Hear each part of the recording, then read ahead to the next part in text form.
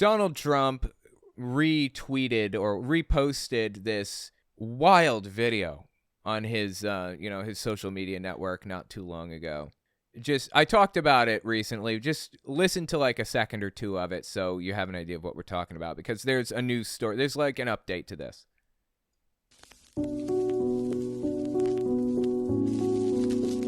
And on June 14th, 1946, God looked down on his planned paradise and said, I need a caretaker. So God gave us Trump. God said, I need somebody willing to get up before dawn, fix this country, work all day, fight the Marxists, eat supper, then go to the Oval Office and stay past midnight at a meeting of the heads of state. So God made Trump. I mean, that's what we're dealing with, that kind of thing. It's absolutely psychotic. It's just disgusting and bizarre and weird, right? Well, interestingly enough, like I said, I have another video about it if you want to see the whole thing. I break it all down. But the Lincoln Project, I don't know if you guys know the Lincoln Project. They are a Republican group that is anti-Trump. They produced kind of a counter thing, a counter video to that I wanted to take a look at. There's a guy that calls in on my voicemail system all the time, but he asked me not to play any of his voicemails because he doesn't like the sound of his voice. So every now and then I'll just talk about something that he brought up. This is one of those things. Listen to the Lincoln Project's counter video to that God Made Trump thing. By the way, the God Made Trump thing, that came out in mid-January 2024. This thing came out January 20th, 2024, the counter video to Trump's thing. And on the 8th day, God looked down on his planned paradise and said, I need a man to test the will and goodness of a free people. So God made a dictator. God said, I need a man who failed in everything but theft and broken promises to live in a golden palace and convince the poor he serves their needs. So God made a dictator. That's really interesting, right? Saddam Hussein was genuinely an absolutely horrifically bad person. And I think they showed Hitler too. That's kind of, that stands on its own. I don't need to add commentary to that one.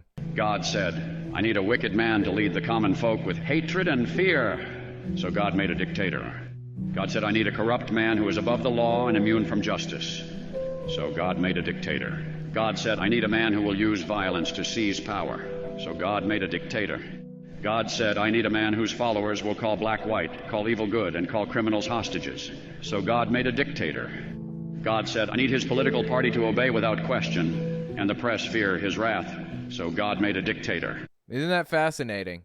I love that the Lincoln Project is out here taking W after W against Trump. That they're absolutely correct here. Like, their assessment of this whole thing is absolutely on point. And I have to wonder how many politicians there are in Congress, the Senate or the House, hell, federally or state, any of them, thousands and thousands of congressmen across the country, right? I wonder how many are donating to the Lincoln Project. What percentage do you think it is?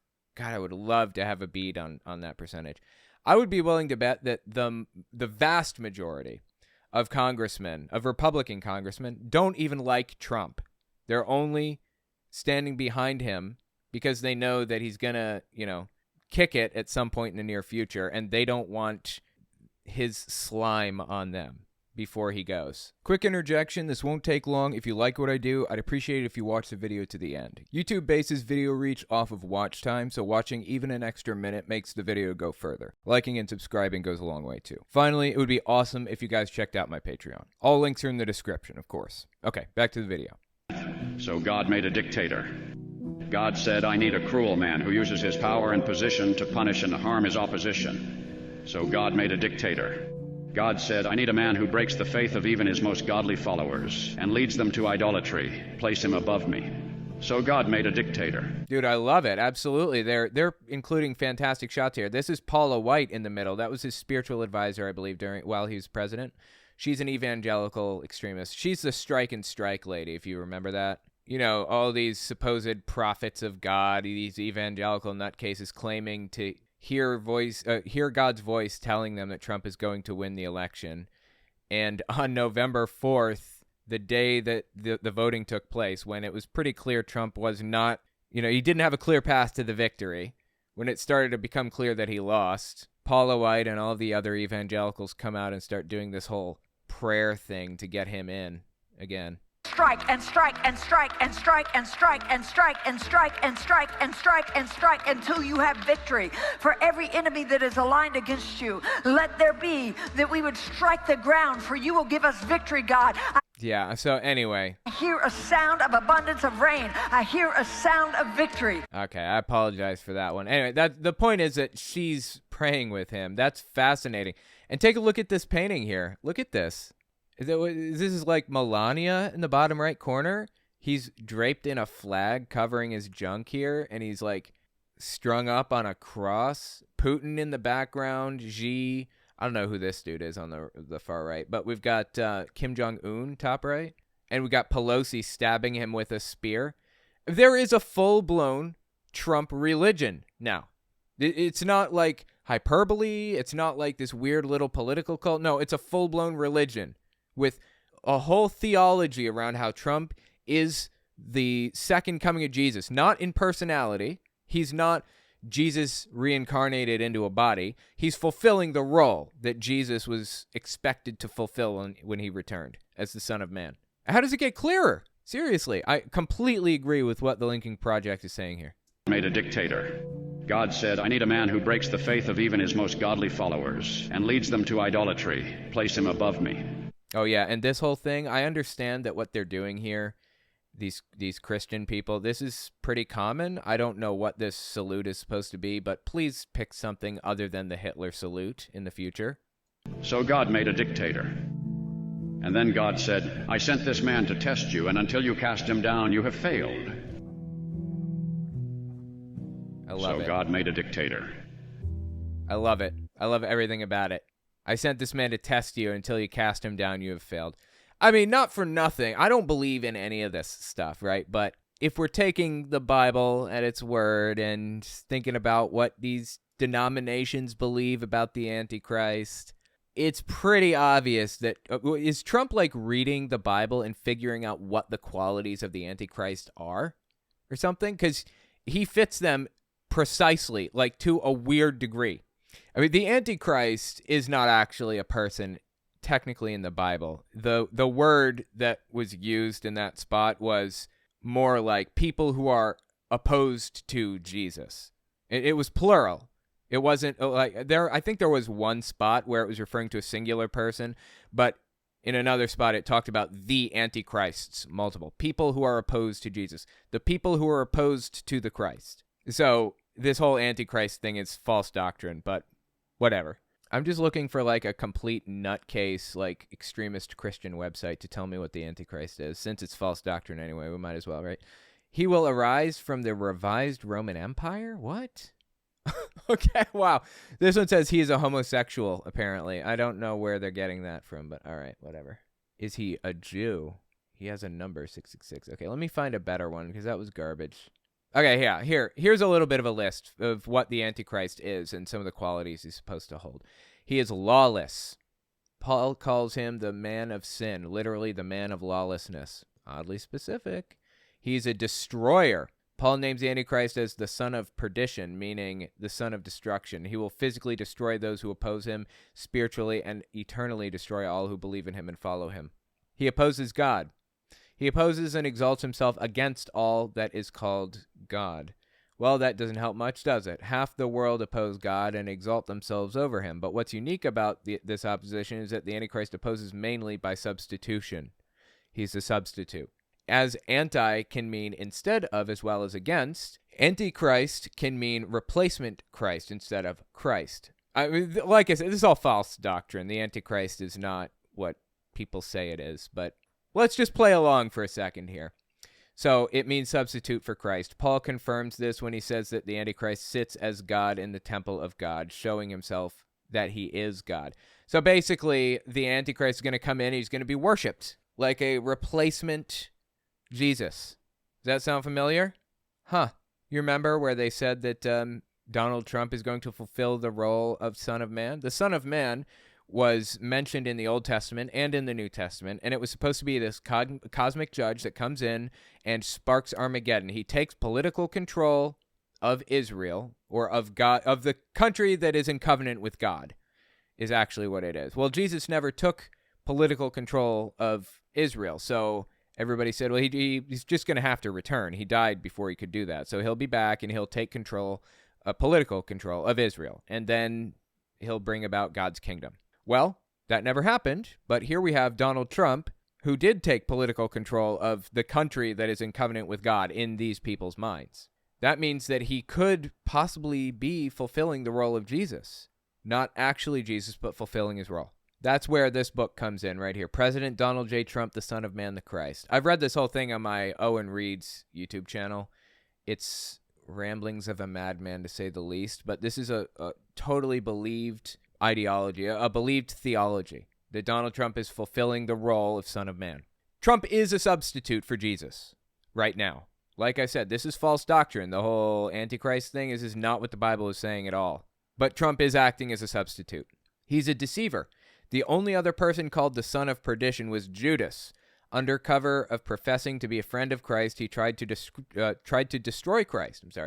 This theme of deception is taken up by Jesus, Paul, and John when describing the Antichrist. In fact, the dominant message from passages dealing with Antichrist is, don't be deceived. Just as Satan rarely comes painted red with horns, a fork, and a pointy tail, the Antichrist will not come with a big A on his forehead. So the point is that if anybody were the Antichrist, it would be Donald Trump. If there were an Antichrist, it would be him, without a doubt. Absolutely no question. So anyway, I thought it was interesting. I wanted to give that a listen, or I wanted to think about that, the Lincoln Project's little video on Trump. I thought it was really on point. Let me know what you think about it in the comments. Hi there, this is Trevor from Arizona. I just wanted to ask if you thought within the next few years there might be some sort of schism in the Catholic Church, given the alt-right extremism and some of the actions in the U.S. that some of these bishops and whatnot have been taking within the Catholic Church. I just thought it would be interesting to hear your view on that. Thank you. Yeah, I appreciate that. That is an interesting question. I know that I think the Pope has basically removed certain bishops and priests and stuff from power, right, in the United States. I think in Texas specifically, because the Pope is a lot lighter on the LGBT community and on evolution than some of these right-wing extremist Catholic priests are. And I believe that he removed their rights to practice as a priest, to give communion or whatever it is priests do in the Catholic religion. Yeah, there are a lot of schisms happening right now, but I don't think there's going to be a major schism.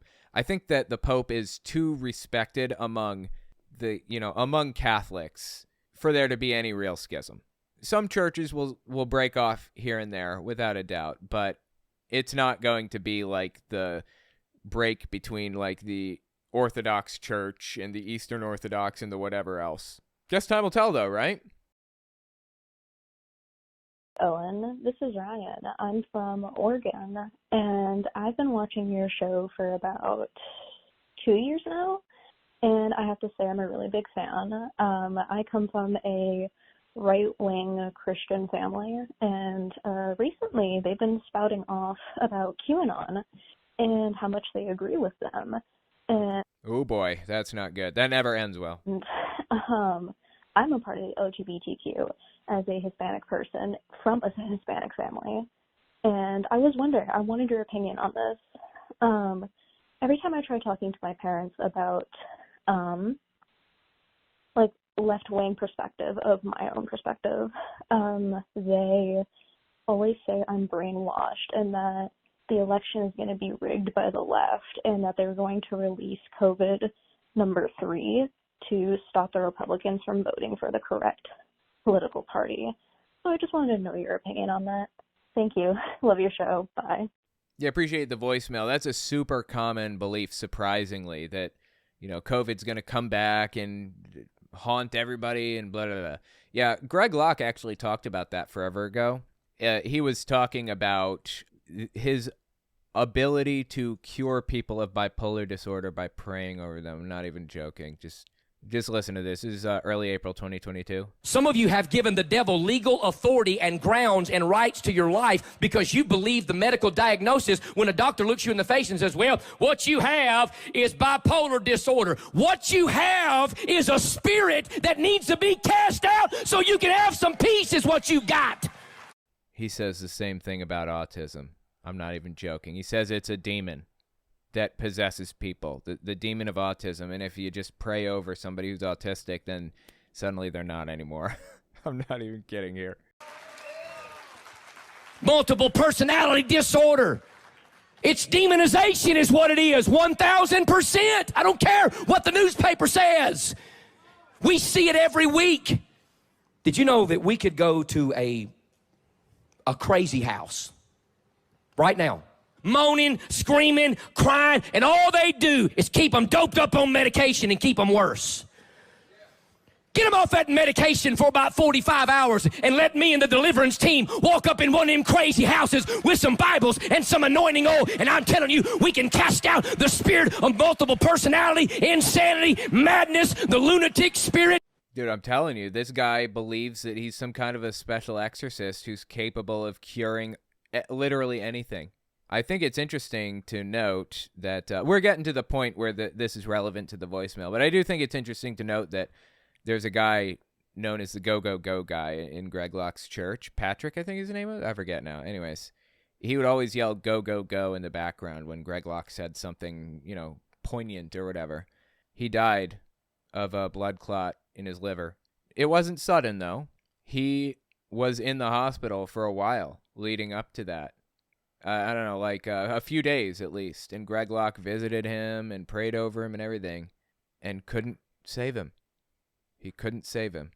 That was the real test, wasn't it? Greg Locke has a guy in his church who, in Greg Locke's mind, doesn't deserve any of this, has always been loyal to God and to Greg since day one. Every church service, he's there screaming, go, go, go in the background. Greg Locke is capable of curing people, and he chooses not to. He's still preaching that he's capable of curing anything right now, even after the Go, Go, Go guy died.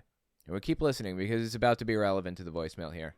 So look, don't come at me with all your medical terminology nonsense. I believe what the Bible says. Bible doesn't say anything about COVID or curing all illnesses with, demonic exorcisms or whatever. There's a verse in the very end of the book of Mark that was added by people long after the fact, way after Mark was written.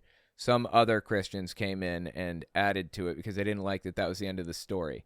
We know this beyond a shadow of a doubt. This was added later. The last half of the last chapter, Mark doesn't belong there. And fascinatingly, that little section is Greg Locke's justification for the belief that he's capable of exorcising demons from people. I find it interesting that section of the Bible also says people be able to drink poison and pray in tongues, but he doesn't do either of those things. Huh. Says. I don't care what Sister Wigglejaw and Dr. Bottlestopper says. Huh? Well, we have to believe everything the doctor says. That's why churches shut down during COVID, because they believed everything doctors said. Okay, churches didn't shut down during COVID. I don't know of a single church that shut down during COVID. I know of a whole bunch of churches that held their services on Zoom or held them outside or spaced their chairs out or whatever. They weren't shutting down and ending the community. This guy lives in a fantasy land. And now you don't hear anything about that nonsense. Now it's all gone. It'll be back during midterms. Don't worry. It'll be back. See, this is what I'm talking about with Greg Locke. This is a whole belief system. This is the type of rabbit hole that these people found themselves in. They believe that COVID was this manufactured thing that was designed to end religion and, hurt God's people and all this other nonsense. It's insane. It is different reality stuff, straight up. I appreciate the voicemail on that. I'm sorry you got to deal with that. I know that can't be fun. Just keep pushing through. Make sure you find a community of people who understand what you're going through. That's rough. Hey, Owen, this is KJ Doglove from your Twitch chat. And dude, I'm really just want to thank you for the work that you're doing. As you know from the chat, I am Christian, and I appreciate your work. I bet sometimes even more than your fellow atheists. So I really appreciate what you do. Thank you so very much. I can't wait to get your book. Hey, I was wondering, Owen, how can I help with the book? One, and two, if you don't need help or done or whatever, and that was my dog Steppenwolf, where can we get your book? Awesome name for a dog, Steppenwolf. Love it. Should have a baby named Magic Carpet Ride. So my dogs, Steppenwolf, Yogi, and Samson, say hello to your kitty cat, Mickey, and I'm sorry, I forgot the other one's name. Miki and Cashmere are my cats. And love you, Owen, and love to your family. Take care, my friend. Was he born to be wild? Is that Steppenwolf? I didn't know that song was Steppenwolf. Anyway, yeah, thank you. I'm so glad that you like my work, and glad to see you in chat every single day that I'm streaming on Twitch or YouTube or whatever. I see KJ Dog Love in there. Anyways, yeah, the book. I am just about. All the words are down on the page now. I just had to reorganize the words into something cohesive, something that made sense. I wasn't sure where to place the shunning chapter in relation to paganism or the 144,000 or, their apocalyptic beliefs. I didn't know where, how those things were ordered. So I decided to order it chronologically. I start out with Charles Taze Russell, the Charles Taze Russell era. This is what they believed basically since the beginning. And I have 2 chapters on that. And then 2 chapters on the Rutherford era, the hostile takeover that he did, renaming the religion, claiming to have the divine mandate from God himself, banning beards, condemning evolution, banning Christmas, a whole bunch of other things, naming everything paganism. And then I move on to the Knorr era, Nathan Knorr, Knorr. I have 3 chapters on Knorr, I'm sorry. In the Knorr era, he built out some schools, Gilead, and he basically hired some full-time preachers, and that program exists to this day. He was very influential, Knorr was, on the preaching work, if you will. He also instituted the shunning policy. It was under him that it was pushed. Nathan Knorr also instituted the no blood policy, although it was Fred Franz, the next president, who really pushed for the no blood policy. He was Nathan Knorr's vice president. It was like the last 2 years of Knorr's reign that Fred Franz pushed no blood. And to my knowledge, I believe, I don't know if I even put this in the book because I don't know if I had enough evidence to justify putting it in, but I think I may still add it if I can find the evidence for it. But I believe that Fred Franz instituted the no blood transfusion policy because he thought that it would garner attention in the outside world, and he wanted attention from outsiders, good or bad. So after that, I hit the preaching work, Gilead and all that, and then I hit shunning. I talk about shunning since that was instituted under him, and then I talk about the 2-witness rule because shunning and 2-witness rule kind of go hand in hand. So then I have a chapter on Fred Franz and his bad decisions, joining the United Nations, even though they call it like the Great Beast. What else did I have in Fred Franz's bad decisions? I included the no blood policy under Fred Franz because he was so influential with it. Talked about Ray Franz, his nephew, who defected from the governing body. Talked about the fact that they kept flip-flopping on whether or not organ donations were okay. Flip-flop, flip-flop. They're okay, they're not. They're okay, they're not. And I also talk about the fact that the official Watchtower policy was that if you get an organ donation, then you will inherit some of the donator's personality. I also talk about their end times predictions. Stay alive to 75. There was a saying that they had because they believed the end was coming in 1975. Again, another failed end times prediction. I talk about their year 2000 prophecy because that was technically done under Fred Franz in 1989. I talk about the second generation teaching since I don't know if it was instituted under Fred Franz's thing. I don't think so. But the second generation teaching hinges on Fred Franz heavily. Then I talk about the Great Beast, the United Nations, and the fact that Fred Franz, the Watchtower Society under Fred Franz's leadership joined the Great Beast right at the end. They joined in 91. Well, they applied for entry as an NGO to the United Nations in 91. They were approved in 92. Fred Franz left the governing body in 92. So that's the Fred Franz chapter. By the way, if you want to get this, owenmorgan.com/book. I appreciate you bringing that up, so I had an opportunity to mention it. Not ready for pre-orders yet, but soon. I will be soon. The next chapter after Fred Franz, it's all modern stuff beyond that. I talk about my story. That's chapter 9. How my family joined, how I joined, dealing with my dad when I was younger, dealing with my mom, and then leaving the religion and what it took to get out, basically. And what was the other thing? Oh, I talk about what made me realize that I needed to get out. And then I talk about the fact that I was a spy for the Watchtower against the Watchtower. I was spying on the Watchtower Society for 10 years, and they have no idea. This is information that I have mentioned once or twice, I think, but not very publicly. This is kind of a groundbreaking admission that may get back to them and may not be very good if it does. I'll just give you guys a little idea of what happened. I maintained the servers for Jehovah's Witnesses payment processing system for 10 years. Recently. In the past, while I had my YouTube channel, I was doing this.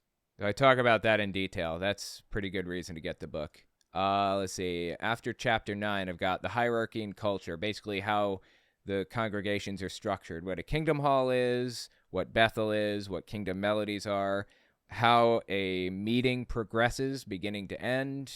I talk about their translation of the Bible and everything. I wanted to communicate the culture of Jehovah's Witnesses in this chapter. I wanted you to, if you knew nothing about the religion, I want you to be able to connect with it and understand. Because I talk to Mormons all the time, and they're using terms that I've heard, but I don't understand. What happens at a temple meeting? Exactly. Walk me through, step by step, what happens. You walk up to the door, and then what? They talk about odd things, but I don't have context for those odd things. They talk about baptizing the dead and stuff. Yeah, that's weird, but what else happens? How does it lead up to that? Do you have to scan a little pass to get in, I understand. Do you still use the hand gestures? How long did you use those little handshakes?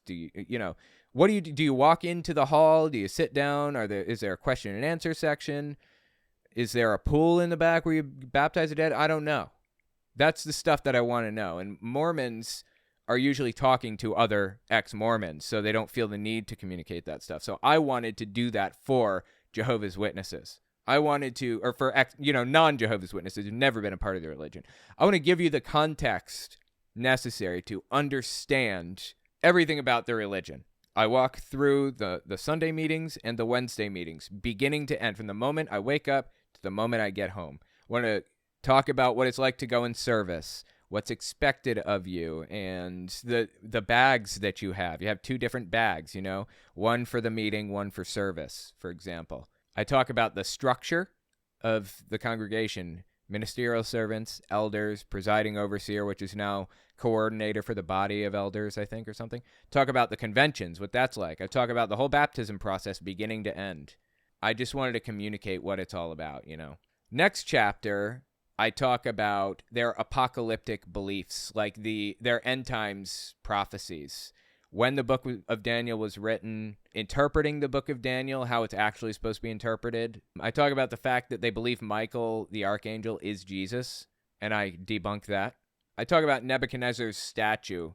It's a verse in Daniel that they built this whole bizarre thing off of. Talk about the king of the north, their beliefs about that, and the fact that it's actually about the 6th Syrian War, not about whatever other nonsense they thought it was about.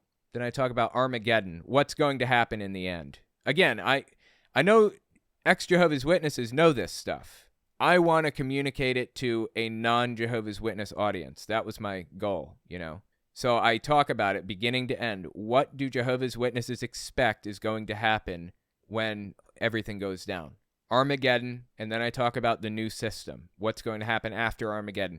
Who goes to heaven? Who doesn't? What are the people who stay on Earth going to do? That kind of thing.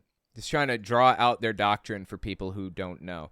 I talk about Tony Morris and his whole kerfuffle, if you will, the Tony Morris kerfuffle. God, he deserved his own chapter. I didn't include a chapter for every governing body member, just him. I talk about famous Jehovah's Witnesses, Prince, Serena Williams, Charlemagne the God, Ja Rule, Biggie, Notorious B.I.G., yeah, he was affiliated with Jehovah's Witnesses. Selena Gomez, Childish Gambino, Dave Mustaine from Metallica and Megadeth, Michael Jackson. Talk about all of that stuff and how money and fame are viewed inside of the religion. That's chapter 14. Then 15 is Goodbye, Larry. I talk about the guy that brought me to baptism, from non-Jehovah's Witness to Jehovah's Witness. And, and never talking to the guy again. It was super sad. Talk about the questions that Jehovah's Witnesses are supposed to be able to answer before joining the religion. It's called the 100 Questions. That's how my congregation referred to it. There are things like, why is it important for you to use God's personal name? Do you believe that the governing body of Jehovah's Witnesses is the faithful and discreet slave? Why do people die? How many people go to heaven to rule with Jesus? It's just questions that you have. Doctrinal questions, lifestyle questions. They have them separated into 2 sections. What scriptures can help you remain separate from the world when choosing a job? Why should we abstain from the non-medical use of addictive or mind-altering substances? That type of deal, And then I talk about the 2 questions you have to answer when you're baptized. Have you repented of all your sins, dedicated yourself to Jehovah, accepted his way of salvation through Jesus Christ? And do you understand that your baptism identifies you as one of Jehovah's Witnesses in association with Jehovah's organization? And then I talk about what it's, the whole process of sitting in the front row at the convention, being asked these questions, walking to the back room to get changed, walking out to the pool, getting dunked, and walking out. I talk about that whole process. And then, at the very end, I say, this is like the last paragraph of my book, I say, after listing the questions the governing body has for Jehovah's Witnesses or prospective ones, I say, I have a few questions of my own for the governing body. Think of it like a Jehovah's Witness CES letter. If you're familiar with Mormonism, you'll get the reference. I've included a list of questions that are about the length of a Watchtower magazine. There are questions the society can't or won't answer. I'll also make the questions available separately from the book in case anybody wants to pass them out to Jehovah's Witnesses you might know. The practice of trying to deconvert active Jehovah's Witnesses is colloquially called unwitnessing by ex-Jehovah's Witnesses. If Jehovah really is out there, he certainly isn't happy with the Watchtower Society. They changed his name from Yahweh and spoke on his behalf. So in that spirit, I hope you all appreciate the loving materials provided as food at the proper time. May God bless your efforts. That's the end of chapter 15, and then it moves into chapter 16, which is basically a 10,000 word long chapter that acts as its own separate book, probably about that thick, not very thick. It's just a small thing that will not be the price of a normal book. Obviously, it'll be very inexpensive, and I'll sell it separately. And it's 100 questions that I have for the governing body. Why do Jehovah's Witnesses insist the name of God is Jehovah when it's not? When the Tetragrammaton is YHWH, and they know that. Why do you believe Michael is the archangel? Why do you believe Michael the archangel is also Jesus? And I give context for the questions, point out why they're wrong. I talk about the fact that Jerusalem fell in 586, not 606 BCE, which throws a wrench into their entire belief system. I talk about their child sexual abuse case and the problems with it. Talk about their failed prophecies, all 15,000 of them. Talk about their shunning policy, why it's not biblical. The fact that they believed that it was pagan until 1947 and then switched in 1952. I talk about their pagan practices. Lent, Olympics are pagan. Throwing rice is pagan. Rosary is pagan. Democracy is pagan. Mazes and labyrinths are pagan. The cross is pagan. Hell is pagan. The immortality of the soul. Clerical celibacy. Philosophy, such as Taoism and Confucianism, they're pagan. Throwing soil into a grave is pagan.